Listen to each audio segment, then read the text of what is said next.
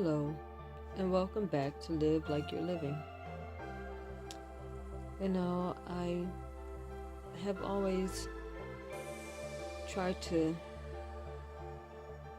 think about the many possibilities or the puzzle of what brought me to the diagnosis of having MGUS.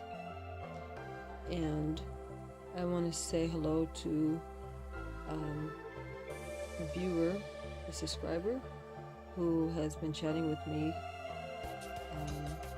and we've been discussing just possible connections, life experiences, what we've been exposed to. And one thing that came to my mind, because, I'm just trying to think of the harmful things that I personally have been exposed to in my life or in my childhood. And one thing that I can think of was like pesticides. And, my whole, well, I'm going to say it was constant, but I remember several times. I have to sneeze. Okay. I remember several times I remember my father was, he would spray like the over-the-counter Raid, like the roach, ant, wasp, hornet spray in the summertime. And, whatever was the pest at the time. I remember smelling it. I knew that smell, as a child. And then also, I remember, like, if we had any type of infestation, my father would go to the store and buy those bombs, or whatever you want to call them. I think that's what they were called, bombs, right? Raid bomb. They're not smoke bombs. I don't know. The things, they set them off in the house, and everybody has to be out the house to get rid of whatever the infestations are. And I thought to myself, like, this is something that was more so in the poor communities. Not that I didn't grow up in a poor community, but we weren't rich. But I know that we were middle class, but my father thought to take care of whatever issues on his own instead of paying for professional companies who can do things.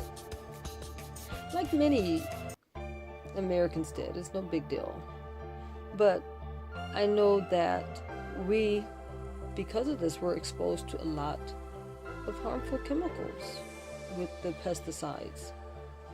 I did look online. I looked all over, and I've been searching, and I keep finding the same careful words about pesticides causing cancer or causing anything along that line. And they just talk about respiratory irritants and, messages like, if you follow instructions, it shouldn't cause any harm. And I'm thinking the EPA or whoever's in charge with, banning things, I understand they don't want to cause a scare or panic, especially since pesticides are used constantly, at least in America. I'm not too sure about other countries, but I know that pesticides are used constantly in America, especially when we have like West Nile virus scares or anything else. They are constantly spraying, especially in the summertime, the warmer seasons, summertime. They were lighting those trees, spraying those trees up, And I understand they don't want to put a scare out there, or panic by admitting that those cancers or those conditions that people are coming up with, they don't want to be responsible. But that's just a thought that I'm having right now. What is your idea about pesticides possibly being a cause? Does anybody else have any memory of being exposed to that?